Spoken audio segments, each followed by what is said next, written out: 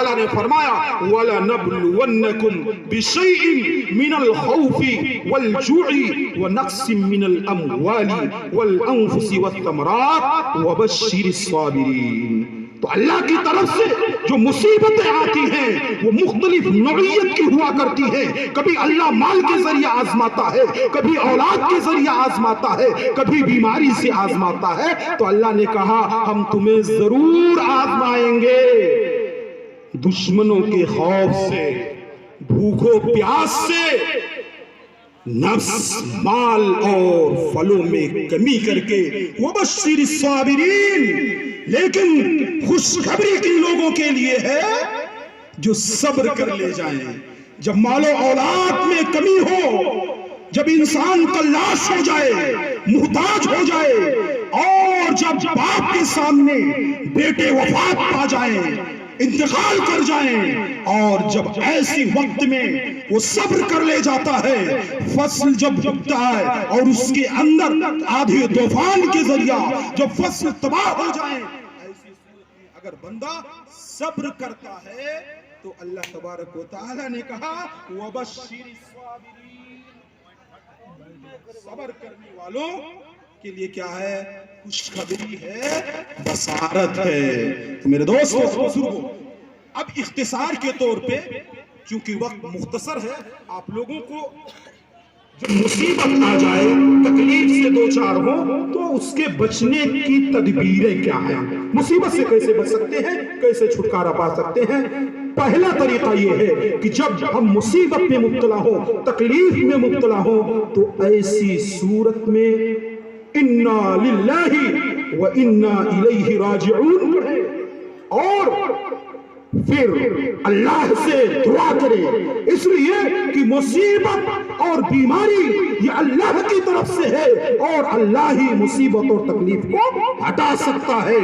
تو اللہ سے دعا کریں، توبہ کریں، استغفار کریں، اور اپنے نیک اعمال کا واسطہ دے کر کے اللہ سے دعا کریں، اس لیے کہ بغیر تدبیر اختیار کیے مصیبت سے چھٹکارا نہیں پا سکتے ہیں، تدبیر کو اپنانا ہوگا۔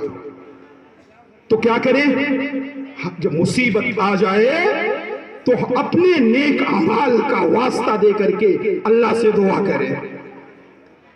مسلم شریف کی روایت ہے، حضرت عبداللہ ابن عمر رضی اللہ تعالی عنہ بیان کرتے ہیں کہ اللہ کے رسول صلی اللہ علیہ وسلم نے فرمایا کہ پچھلی امتوں میں 3 لوگ سفر کر رہے تھے،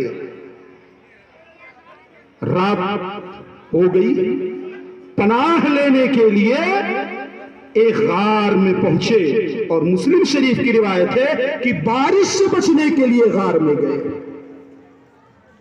غار میں پہنچتے ہیں، ایک چٹان کھسکتی ہے اور غار کا منہ بند کر دیتی ہے، نجات کا کوئی راستہ نہیں، نکلنے کا کوئی راستہ نہیں۔ آپس میں گفتگو کرتے ہیں، بات چیت کرتے ہیں، انہو لا ینج من هذه الصخرة الا ان تدعو اللہ بخالصۃ عملی۔ کیا کہا؟ کہ اپنے خاص اعمال جو ہم نے کیا ہے اس کا واسطہ دے کر کے اللہ سے دعا کرو۔ 5 منٹ سے اللہ سے دعا کرو۔ تینوں نے اپنی نیکیاں یاد کر کے اللہ سے رونا شروع کیا۔ ایک نے کہا میں اپنے ماں باپ کو دودھ پلاتا ہوں، ایک دن جب میں گھر لوٹا تو والدین سو چکے تھے، میں والدین کو جگانا مناسب نہیں سمجھا، رات بھر سرہانا کھڑا رہا، جب صبح ہوئی خود سے جاگے، دودھ پلایا، خود پیا اور اپنے خادم کو بھی پلایا۔ اے اللہ، اگر میں نے یہ عمل تیری رضا کے لیے کیا ہے، تیری خوشنودی کے لیے کیا ہے، تو اللہ راستہ نکال دے، کوئی سبیل پیدا کر دے۔ دوسرے نے کہا اللہ تو خود جانتا ہے کہ میری ایک بہن تھی، مجھے بہت محبوب تھی، بہت پیاری تھی، میں اس کے ساتھ غلط کام کرنا چاہتا تھا، اللہ لیکن مجھے موقع نہیں ملا. اسی سال قحط سالی پیدا ہوتی ہے, فقر و محتاجگی کا عالم ہے, وہ میرے پاس پیسہ لینے کے لیے آتی ہے, کہتی بھائی بڑی پریشانی میں ہے, کچھ پیسہ دے دو. میں نے اس کو 120 دینار دے دیا, جس کی موجودہ قیمت 25 لاکھ سے بھی زیادہ ہے. دے دیا اور کہا دے تو رہا ہوں لیکن رات میں خلوت میں آنا ہے. وعدے کے مطابق خلوت میں آتی ہے, اور جب برائی کا ارادہ ہوتا ہے تو اللہ کا واسطہ دلاتی ہے, کہتی اللہ سے خوف کھاؤ, یہ حرام ہے, رک جاؤ. اور بدکاری سے باز آ گئے. کہا اللہ اگر میں نے یہ کام تیری رضا کے لیے کیا ہے تو اللہ غار سے نکلنے کا راستہ پیدا کر. چٹان اور کھسکی لیکن نکل نہیں سکتے ہیں. تیسرے نے کہا اللہ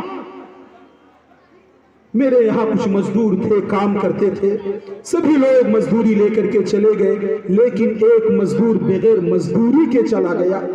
اللہ کچھ عرصے کے بعد وہ مزدور واپس آیا تو میں نے اس سے کہا کہ بھائی یہ اونٹ, یہ بیل, گائے, یہ بکریاں, یہ نوکر, یہ خادم سب تیرے ہیں, اس کو لے جا.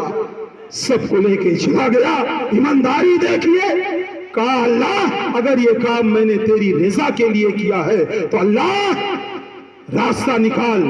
اللہ تبارک و تعالی نے ان کی دعا کو قبول کیا اور پوری چٹان کھسک گئی اور وہ تینوں سلامتی کے ساتھ نکل آئے. میرے دوستوں اور بزرگوں, بہت ساری تدابیر ہیں.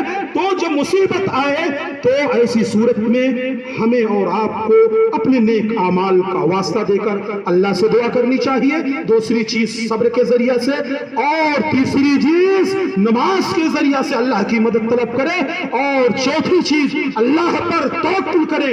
پانچویں چیز جب مصیبت میں مبتلا ہو تو جو صبح و شام کے اذکار ہیں ان اذکار کو پڑھ کر کے اللہ سے دعا کرے. انشاءاللہ العزیز مصیبت سے چھٹکارا مل جائے گا. اللہ تبارک و تعالی سے دعا گو ہوں کہ اللہ تو ہمیں مصیبت کے وقت صبر کرنے کی توفیق عطا فرما. وآخر دعوانا الحمدللہ رب العالمین. والسلام علیکم.